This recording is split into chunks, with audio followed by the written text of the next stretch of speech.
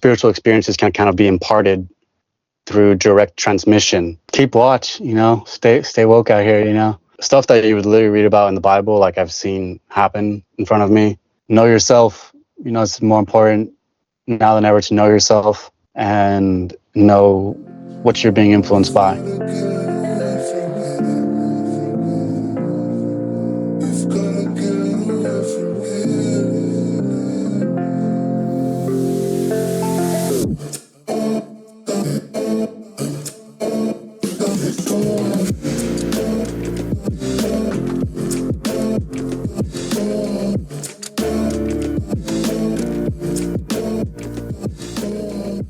Welcome to the Cosmic Conversations podcast. Today I have Zeke here with me from the Expanded Minds podcast. It's really interesting stuff he's got going on over there. We're here talking about spirituality, mysticism. Actually, you're interested in Orthodox Christianity, I heard. That's you. Yes, sir. Definitely a lot of wisdom, practical wisdom that I found that you can apply to everyday life, to see and do things correctly. Yeah.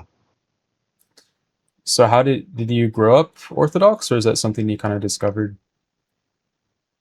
Discovered through different people, that I ran across, interviews and everything.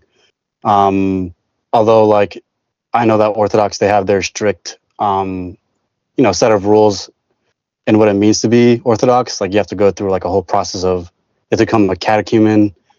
There's a very deep and extensive process, which I personally haven't, involved myself in, but for sure I've learned a lot from Orthodoxy. Awesome. Yeah, I also like Orthodoxy. I have like some of those books have an Orthodox cross on them. I know, I see. Yeah. Yeah. So it's definitely very Himalayan salt too. Yes. Actually, I bought these lamps recently, and I was hoping they'd be the same color. But it's like one was like ended up really red because I guess they kind of naturally carve them out from the rocks. So you get different colors, and so this is what I got. How did you get into spirituality? Were you going to church as a kid, or were you raised in a more atheistic household? I went to church growing up. It was very tight, you know what I mean? Like, you had to follow everything. So that's kind of like what I experienced. So not even just on a church legalistic level. It's just like everything you got to be like boom, boom, boom. But that's more of a Protestant background. I don't know if you're familiar with kind of like their like belief system, but it's more of like when you're in these kind of circles, like I spent a lot of time, and it's not to throw like shade at, because every single church is different. Like, they have their own unique thing, but it's very dry sometimes. You get that feeling where it's like you have to follow the rules and then everything just gets dried up. And that's a lot of what I experienced. And I knew I had this deep feeling inside of myself. I was like, there's something out there that I'm missing, even though I'm told the constant like reminders of like, do this and you'll be saved, or go do this and you'll experience some kind of transcendental experience. But you involve yourself in like the Bible study at the end of Sunday, right? And then you follow the services, and then you're kind of just lost in the middle of the week, kind of waiting for the next service to kind of be fed. I was the person, like, I didn't want to wait to kind of know something. Like, I wanted just to know by trying to see how I can experience it. And I had my first kind of like awakening moments around 17, where, I had mystical experiences, supernatural stuff would occur, like stuff that you would literally read about in the Bible, like I've seen happen in front of me. Literally, not in like a metaphorical sense. Do you want to get into is there any specific circumstance that stood out to you, or do you not really want to mention that? I'll say a few. So this is kind of jumping ahead for some people, because I know that some people may not have a grounding, but in in certain mystical sections of Christianity, and also I'm pretty sure in any kind of traditions, we know that spiritual experiences can kind of be imparted through direct transmission. So obviously in a Christian vocabulary, it'd be like, I pray for you, and then like energy would be transmitted to you, and then you'd have some kind of experience, whether it be of God or it'd be a vision or it'd be some other stuff. Um, and those are very tricky. That's a whole nother study in of itself. Is the visions that you get, are they actually real? Are they just your imagination? Are you just hallucinating? Are they deceptive? Or that's a whole another study in of itself. But you can that's possible to like transmit energy to someone, especially if you're well experienced in the spiritual realm or in your kind of spiritual practice. You know how to build up your spirit, and it almost acts as a currency when you're trying to transmit energy to someone. You give them some of what you've built up for yourself. So I mean, I was praying for someone. This is like it was like over 7 years ago ish, I think, around 8 years ago, something like that. But they had a vision of like these dark entities surrounding them, and they saw cry. He just said there were people with bright faces. They came on a horse, and they scared off those dark entities that were encircling him. And then the vision went into like a new chapter, like a book. It went into a book, and the book opened up. It's like a new chapter. And for him, that was a sign of like, oh, like this stuff is real. Like to have your state go from like an ordinary state of consciousness to like you're still sober. Now you're seeing like a whole, like you're feeling these energies course through you. Even he even said like his vision, like his physical vision went from like this dark, gloomy kind of like overlay, if you will, to like everything just brightened up. Like everything is brighter, happy, positive. So even physical vision, I've seen has changed. Your physical vision can change, and the appearance of your countenance changes too with the energies that that flow through you and whatnot. But yeah, that's a little bit of like some of the stuff that I would see happen. And that was me being more in like an evangelical mode, where it's like, oh, I have to go help this person or help this person. But Orthodoxy is different, where it's like you keep more to yourself. You got to figure out your own salvation. Whereas it's like when you're more in that evangelical mode, you kind of want to save everybody. But I think the more you mature, you realize how much you need saving yourself. And it's like you wouldn't even want to like you need to focus on yourself before you even try to like affect or influence anybody else. Because it's very yeah, it's very costly. To actually help others when you don't even know how to help yourself. So Oh it's a yeah, yeah. very so that's also a little thing that drew me to Orthodoxy in a ways, because like I started to see like maybe I'm getting too ahead of myself with how I'm approaching people. Maybe my attitude is too forward in some senses. Maybe I need to respect maybe I need to respect people's boundaries and not try to like infiltrate every single and destroy everyone's belief system because I think I'm enlightened, kind of thing. Or I think I have a gift which is real. People can have gifts of spirit, but like you got to respect people's beliefs and boundaries. And the truth takes I think this is my personal opinion, but I think the truth takes a long, long time to really get to. Like, even though we may have moments of like enlightenment and like, oh, I feel more awakened, there's always more that we can see and experience. And the ego likes to rush and pop its head and be like, I got it. I figured it out. And then that's when you get into a whole, like, you can, you know, start to go all over the place with your enlightened moment, whether it be preaching from the rooftops, whether it be delusions of I'm holier than you, or whatever it could be, but yeah, it's important to take your time with what you discover and cherish it, because these aren't things that we shouldn't these are things that we shouldn't be taking lightly and just like scatter scattered around just because we feel good about it. It's something that has to be studied and examined.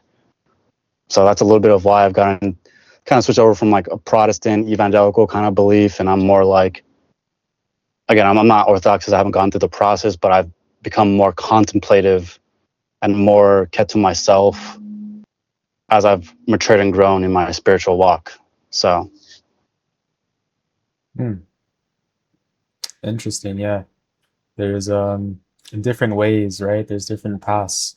I was looking. I saw in your um the information you gave me before we started this call that you also follow this thing called the fourth way, and I was seeing that there's different paths that they describe, like four different ways or something like that. And there are different ways where we go like out into the world and we try and serve, and there's more contemplative, inwardly directed paths. So I think it's good to have like a sort of balance personally.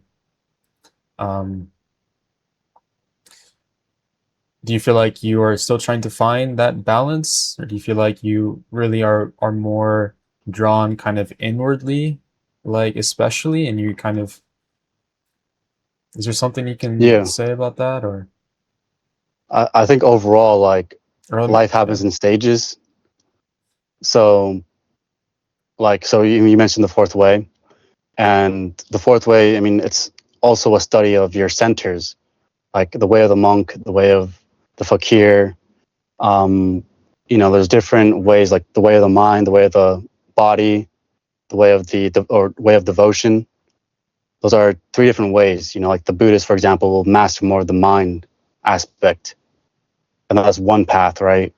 And there's the fakir, I believe, is mastering the body. So you do like, it's also part of Christianity too, where you're disciplining your body through fasting, through different things to have a spiritual, or have some kind of union experience. So you discipline the body through fasting, or the fakir may do like different stances or poses to get the body in a state ready enough to receive energies from the spiritual world. I also know that in Qigong, for example, too, like they have different stances that bring in energy into the body to, yeah, reach an enlightened state. those are called And also, zanzong, right? I think those are called zanzong.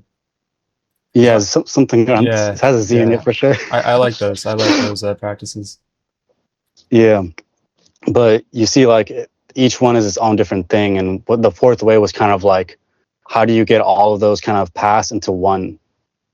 Because in everyday life, because what Gurdjieff saw was that, like, because of the Industrial Revolution, and because we're more tied into machines now, um, we're more prone to be mechanical in our movements.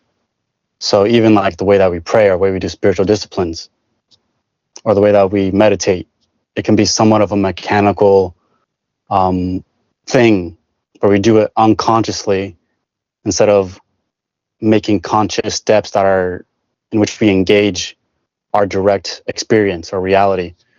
Um, so I'm gonna get back to your original question about, like, do I feel like have I found balance? Where the balance really is trying to find in every single moment, like, where does my body, my heart, or like my devotion, my mind, where does it all align into one single moment, and how can I move within that? And it happens in stages. So I think I haven't mastered it, and to say someone has mastered it would be kind of like, I don't. It's very hard to master. It takes us. You have to be very sincere about wanting to stay in a state of balance, because that's really all it requires. I think at the end of the day is, like, you have to be so sincere. So we have to look inwardly and determine, are we doing, is what we're doing, whether it be, for example, our meditation, or it could even be the job that we work, or whatever it is. Are we doing it with sincerity, or are we kind of lying to ourselves? Are we kind of telling ourselves half truths? Um, because every single stage of life, we move through different. If you study music, music and the way that we produce, or way that notes are produced, you have to go through the scale of an octave. Like obviously, some people may know do, re, mi, fa, sol, la, ti, do. So like when you're doing your meditation right, or you're doing certain things correctly, you're kind of hitting each note, like boom, boom, boom, and then you get to them almost like the seven chakras too. When you see them go up or align, it's like each one lights up on the correct manner, and then it's ding, you get it right. But and that's why also in Christianity there's the term sin, right? It's where we miss a certain part. We play a certain note and it's the wrong vibration, if you will. So we kind of have to correct ourselves to kind of achieve the aim in which we seek. I mean, part of sin is missing the mark. So it's like you want to elevate, but it's like you have to hit all the notes correctly. That's a study in of itself. So that's what I mean. Like I'm learning every single day. Every single moment, every single experience is you're trying to hit the right notes or access the right vibration, if you will, to get where you need to go or wherever timeline you're on. You gotta get to your personal higher timeline.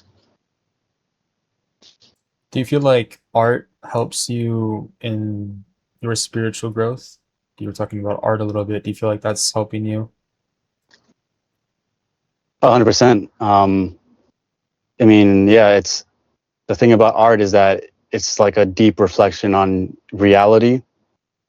So if you're even going to try to make art, you have to kind of know what's going on in reality, or you have to even imagine also different realities too, like what's outside of my own perception. That's why I mean art is kind of spiritual in a sense, because the spiritual is outside of our perception. That's what makes it spiritual, is that like we don't even know like what's out there, and how to access it and put it into and make it practical in our everyday life. So what art does is kind of like it gives you some kind of access to like a reality made up. It could be fiction, it could be real, and the expression of it could be a painting, like a singular painting.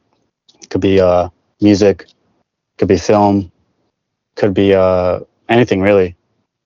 But you're kind of accessing an unknown state, which is kind of like almost how you would view the universe or God, where it's like God is in a sense almost unknowable. And for us to kind of get to know him, we have to position ourselves, or to get to know the energies of the universe, we have to kind of position ourselves to kind of see it and experience it, and then put it into writing or a painting or a film. So there's many variables that you can kind of, or possibilities that you can tap into when you're creating art. And I mean, also it's cathartic too. Some people do it to release stored up emotions, trauma, um, whatever it could be. That's how they get out their shadow side, to reflect on like their own art and how they draw. So it's good if you're going to do shadow work too. It's like a good thing. Like you just write out or draw out like just what's going on, so that you can see clearer. Because some people don't have that support or someone to talk to on like yeah, just they don't have no one to talk to. So it's writing something out in a poetic way, or it's called, that would be the category of lamenting, if you will, where you just write out something out of sorrow, um, or even just drawing, painting. Like some people like that edgy stuff, you know. It's somewhat embedded in the modern culture. Like I don't know if you know like Lil Peep and all those like that emo era. That was, I think that was like 2016 ish, emo era. But people find different ways to express like art, whether it be through rap or, yeah, like I said, different means. Hmm.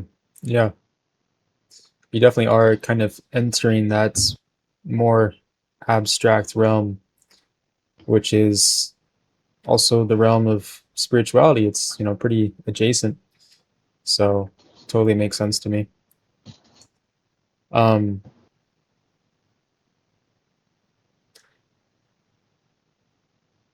um, I was going to ask a follow-up question.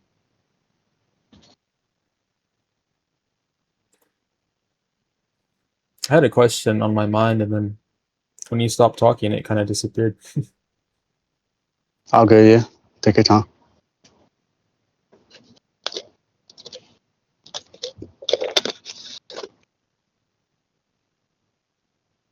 Right. So besides arts, how do these practices, or how does this spiritual elevation, trying to come into this spiritual vibration, how does that pursuits look for you, like more practically? Like, do you have some sort of maybe meditation routine or prayer routine or something? Yeah. Well, maintaining awareness is the main thing. Like I think there's a certain thing which is present within Orthodox. I've heard about it through reality transurfing and also through Orthodox. It's called keeping watch, where every single moment you're maintaining a certain level of vigilance, and essentially you're taking everything in your perception and keeping it almost like if you're like in a movie theater, for example, and you see everything in view, you see everything in frame like that. Keeping watch is almost practicing that. Like I have everything in view, and then I start to pay attention to what is happening on the what's seemingly the outside or within my perception, if you will. Um, that's how I do it, like practically. I'll go about, make sure I relax my body, and I just kind of then pay attention to my knowing. Like, what do I know, and what don't I know? Those are kind of questions that I always have in my head. Like, what do I know? What do I not know? And I navigate things accordingly. Because it's important to have a clear picture on like what is known and what is unknown, and not lie to yourself about it. Um, so yeah, but meditation is obviously in a static sense, separating the centers, your intellect, your emotions, your body, your senses, seeing them as individual parts is like, that's how I do meditation. I just view them as individual parts occurring on their own. So that goes into a little bit of how I practice things on a spiritual level. Hmm. Yeah, it's interesting how these different traditions, like, also in Orthodox Christianity, but also in Buddhism and other traditions, like this practice of being watchful or trying to be aware. Um, Definitely kind of a little bit another mm, it's another aspect of this kind of perennial philosophy that you kind of see running through religions and spirituality, right? To be watchful and aware. No, definitely. I mean, for you though, like, is it a struggle to keep watch? Like, do you find that, um, like, to keep a constant check on the individual nature of like every aspect of yourself and how things kind of flow in and flow out? Is that a struggle for you sometimes, or do you feel like you, have you gotten better at it over time? Like, how do you kind of measure or have a metric on like your level of watchfulness or wakefulness in a moment?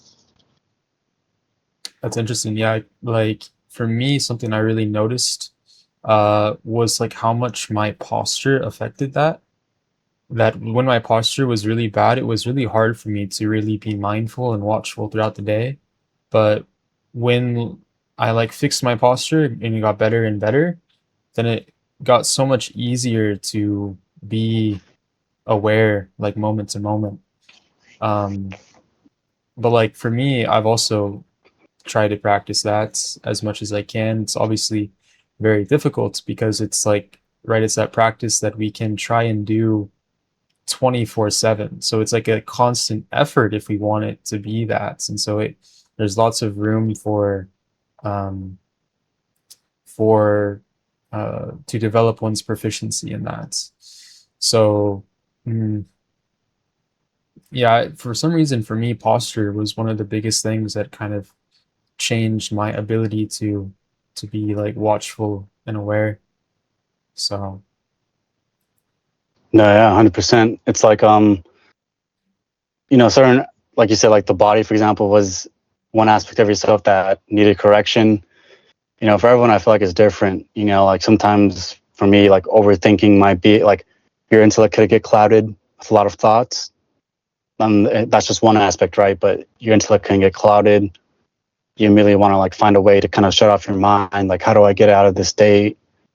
But it's necessary, I think, to go through that and to see how you're actually thinking about things. Because, to get to the root of certain things, maybe there's a tension there that needs to get loosened, stuff like that. It's constant, like you said, a constant struggle to maintain a watch.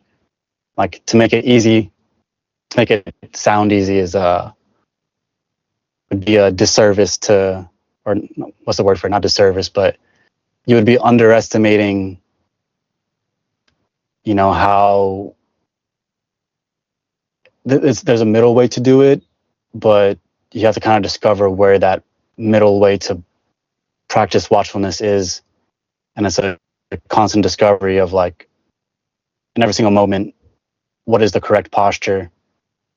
Because I mean, things are always changing in the world, and we're constantly going through different struggles collectively and individually. So,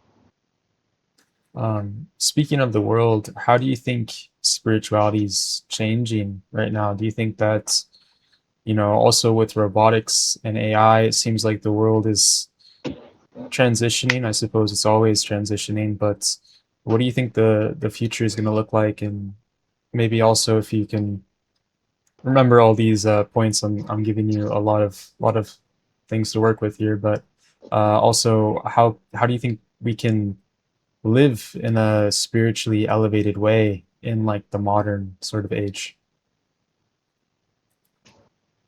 yeah, I mean, before I give my opinion, I think it's also important to state other kind of views on it too, where some people have like a dystopian view on it. It's like the AI is gonna get us or whatever. Some people have a view of it where um, humans can kind of synergize with technology, um, and some people think it's gonna be okay. Um, Overall, like it's a combination of like control of markets. I think saying too much on this is a little risky, but all I'm Okay. going to say really is, it is a control of markets, and it is a control of like, well, everyone's kind of competing for the next latest model. You know what I mean? Like, what's the newest gen of thing that's going to come out that'll get people to invest their money into this particular it could be a robotic company, it could be an AI company. So I mean, really, it's kind of unknown on some level for someone to say, "Oh, I know it's going to happen like this." I mean, you don't know because everyone's kind of competing at the moment in markets to see who's got the best kind of gear to, and like what's the best place to invest your money. So there's different companies competing for it, the attention of the populace, and whoever wins, that kind of determines how things will go. But it's definitely sped up people's people have definitely gotten more like there's definitely mental issues I think people need to deal with now, Mm, or there's different mental changes that people are not used to, because I think us relying on like machinery to this extent is doing something to us. So for people to kind of accept and embrace this all the way, you know, I don't know what would be the trigger for something that would make people be like, I'm not gonna have a phone, or I'm not gonna have a AI. I'm not gonna use AI because you're already using it, whether you like it or not. And if people are gonna complain about how, oh, there shouldn't be AI, well, I mean, people, I would say on a general level, aren't triggered enough to really do anything about it. You know, so unless you got a well thought out plan that isn't just complaining, you know, like it's like you should always be at least mindful of your use of it. You know, like complaining about it doesn't change anything, or saying how it's gonna affect this or that. You know, it's not gonna change anything. So at least got to be mindful of it, and know, understand like what the markets are, et cetera, because that's really where things are at. So people can come to their own conclusion based off of that. You know. Yeah, I'm I'm trying to work also on this kind of solar punk projects. Kind of want to maybe bring more like awareness to that because, like you're saying, there's multiple futures that we can kind of go down, and one of those is this like that cyberpunk sort of dystopia where tech CEOs and everybody is running everything, or we could enter into this solar punk like more harmonized with nature and technology serving us, because it kind of seems like right now technology does serve us, but a lot of the times it harms us. Like it's not really we've developed all this technology, but we're not always so um, conscious with how we use it. So it's with everything, there's its pros and cons. Yeah.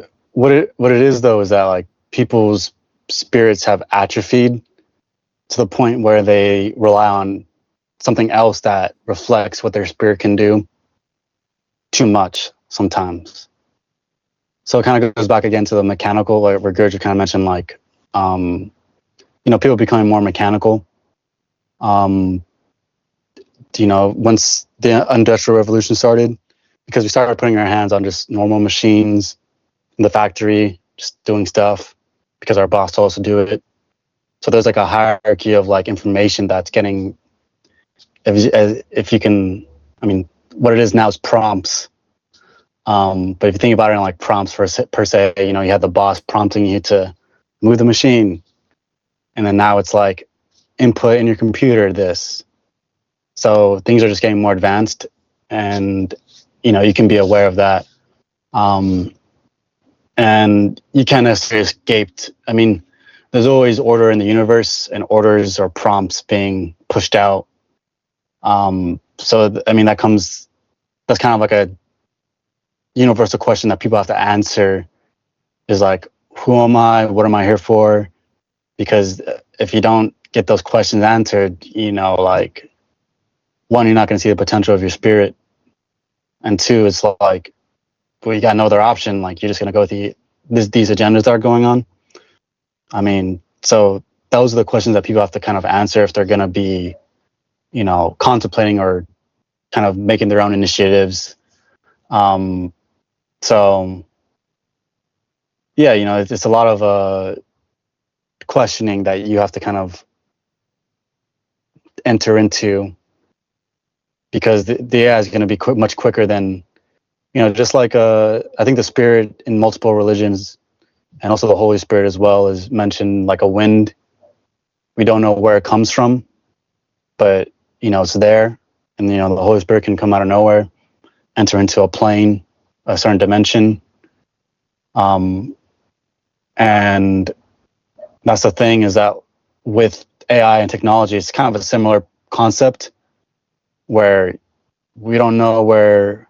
I mean, it comes from a database, but like the presumption of like, or the creation of different images, or the creation of different you can even create websites now. You can create all kinds of things using AI technology. You can make videos with AI.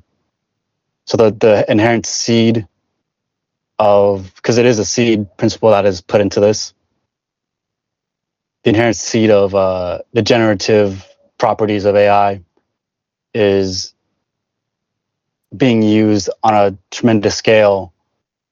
And on the flip side, when it comes to talking about spirituality, well, we have the seed of the human spirit, or you have the seed of the spirit in us. And it's like, what do you do with that? Or how do you even use that?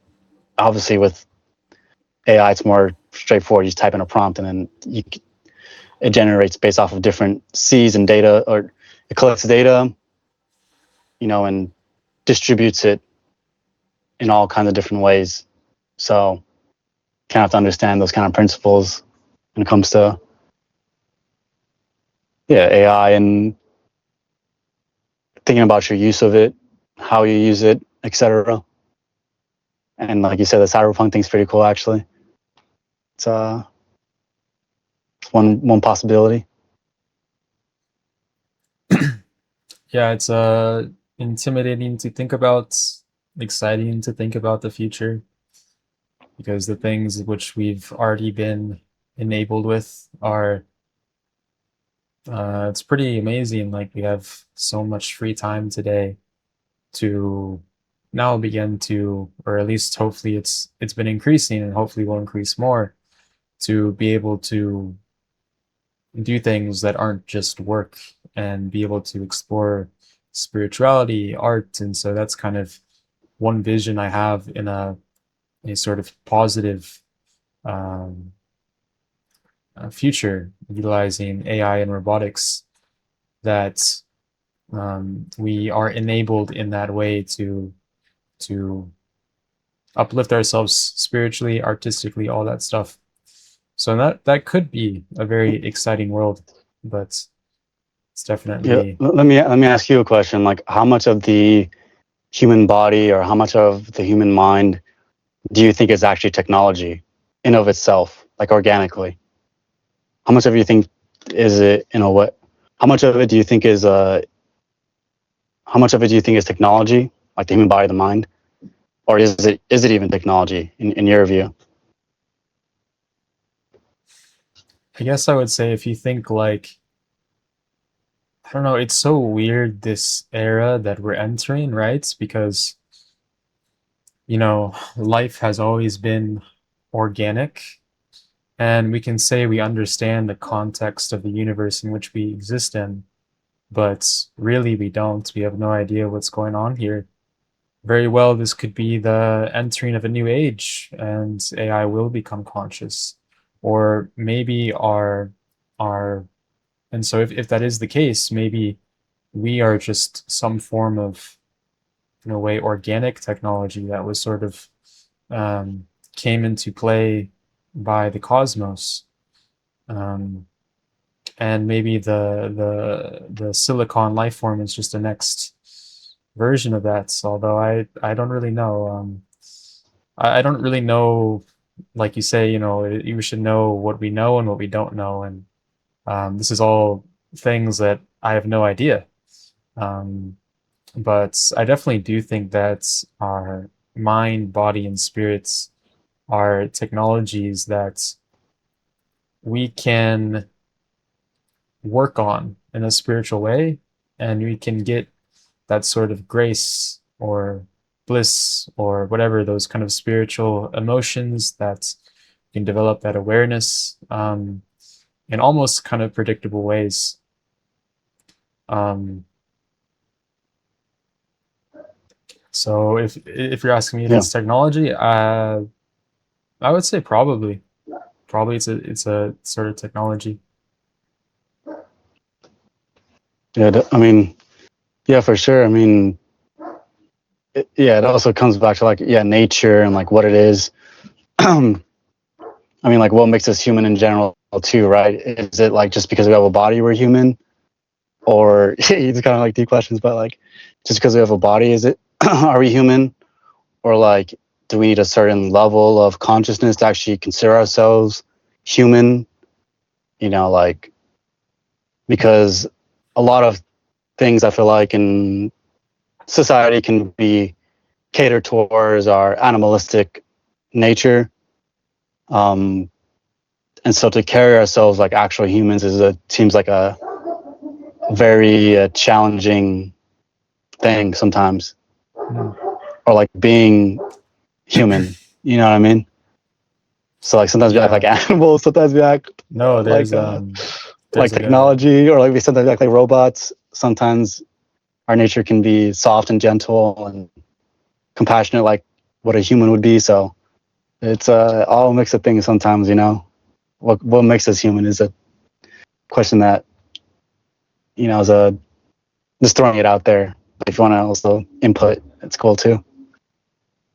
no, yeah, I mean, I was just wanted to mention that there's this quote that I've heard that I think is probably my one of my guru Sri Nanamurti. Maybe he said that there are humans in the animal form, uh, humans in the human form, and in the divine form. So, just to speak on to what you're saying there. Oh yeah, no, definitely, yeah, yeah. When you talked about like grace and everything, that's part of like what you could say that transforms our lower nature into something higher. But the preservation of grace, I think is very. How do you preserve that aspect of yourself that can receive or be receptive to the divine? Because I know that you can at least. I know some people, there's a term they can fall from grace, right? Or they can. I think there's a certain feeling within the person that like, okay, that they have grace within them, or you kind of know like, oh, it's totally left them. So how do you feel like preservation of grace how do you feel like it's preserved or connecting to at least the divine aspect? Yeah, I think like when you were speaking kind of about sin earlier, that's like the essential thing that like we should want to like desire those higher things, right? Like if we begin to if we desire lower things, um, then we're gonna be if we desire lower things, we're gonna begin to descend vibrationally. But if we desire those higher things, then we're going to be habitually, more easily, more naturally staying, I feel like, in those states of grace or whatnot. So it's about forming that kind of habit that's allowing the energies of your body, um, your brain kind of has that circuitry. It's kind of like a river, and if you dig trenches, if you every single time you're doing those good habits or you're talking with God or connecting or doing this or doing that, then you're creating that channel where the energy is um, can begin to flow and will like habitually flow in that direction. So, but from a like technological standpoints, also it's important to ask like, could we even, if we begin to merge with the machine, which people are now doing that sort of Neuralink stuff, um, would we still maintain that capacity to experience or to experience grace, and how would that look? Because people are beginning to get those Neuralinks. Um, Oh yeah, it's kind of scary. good advertising. Yeah, I know. Uh, yeah, again, like there's a lot of money behind that, so people definitely would love to um, be ahead of something, be ahead of the curve, because I feel like a lot of new paths have opened up now because of technology and how advanced it's getting. New paths have definitely formed, things that we've never seen. So it's those new paths are definitely yeah, it can be scary for some people. I mean, especially if they're taking a path where I'm gonna put a chip in my brain I know nothing about. There's very little. I mean, just anything in general where you're newly testing it, can be an exciting, scary experience.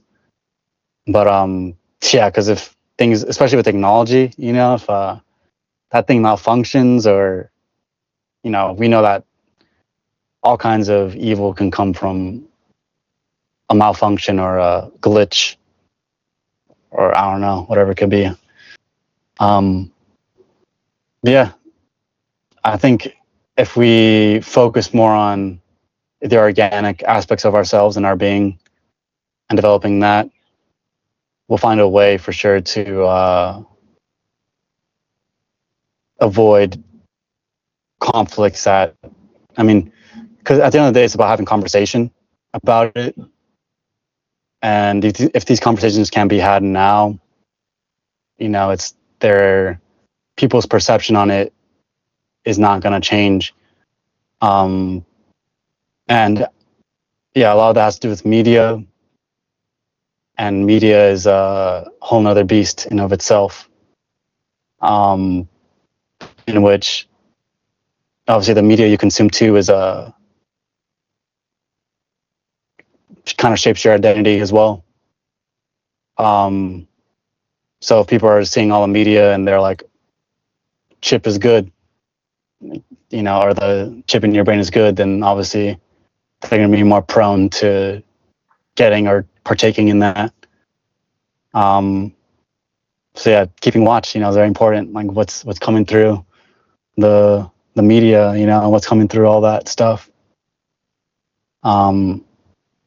That's all packaged for you to kind of. It's almost like your mind is partaking in another food, if you will. It's feeding the media influence that's out there. So, yeah. Sorry, so partaking in what? You cut out a little bit.